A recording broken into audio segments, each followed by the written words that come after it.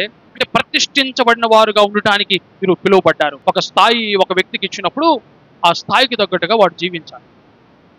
ఒక హోదా ఒక వ్యక్తికి ఇచ్చినప్పుడు ఆ హోదాకు తగ్గట్టుగా జీవించాలి. రక్షించబడిన బిడలంగా యాజక సమూహంగా ఉండటం మనకు పిలువబడినప్పుడు ఆ స్థితిని తగ్గట్టుగా మనం జీవించాలి. రక్షించబడిన మనము, క్షమించబడిన మనము, పాప క్షమాపణ పొందిన మనము, తిరిగి వెలుగులోకి వచ్చిన మనము, దేవుని బిడలంగా జీవించాలని అనుకున్న మనము ఆయనలాగా జీవించాలి, కానీ పాపపు జీవితంలోకి వెళ్ళిపోకూడదు. ఎందుకంటే మనం ప్రతిష్ఠించబడిన జనాంగము. You are dedicated or we are anointed. మనము ప్రతిష్ఠించబడిన వారము కనుక ప్రతిష్ఠించబడిన రీతిగానే మనం జీవించాలి. నేను దేవుని బిడను కనుక దేవుని బిడలాగే జీవించాలి. నేను క్రైస్తవుని కనుక క్రైస్తవుని లాగే జీవించాలి. నేను క్రీస్తుని వెంబడించేవాడిని కనుక క్రీస్తుని వెంబడించేవాని వల్లే జీవించాలి. పరిశుద్ధంగా జీవించడం అంటే ఒకటి ప్రతిష్ఠించబడిన వాడిగా నన్ను నేను గుర్తించి అలాగూ జీవించడమే. రెండవది పరిశుద్ధంగా జీవించడం అంటే